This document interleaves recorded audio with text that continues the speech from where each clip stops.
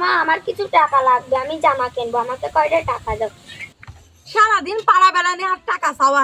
2 দিন আগে না তোরে জামা কিনে দিলাম, কাজের কাজ তো কোনোদিন কোনো কিছু করিস নে। তোরে আমি কইছি আমার জন্য 1 কলস জল নিয়ে আসতে, তাও তো আনার নামে খোঁজ নেই।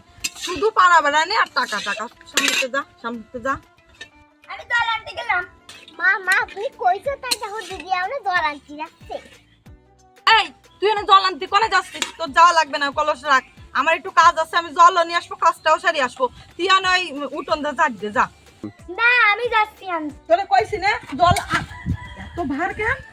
হ্যাঁ সি সি সি সি সি সি, শেষ পর্যন্ত তুই জামা কিনবি বলে শাল চুরিয়ে নিয়ে যাচ্ছিস।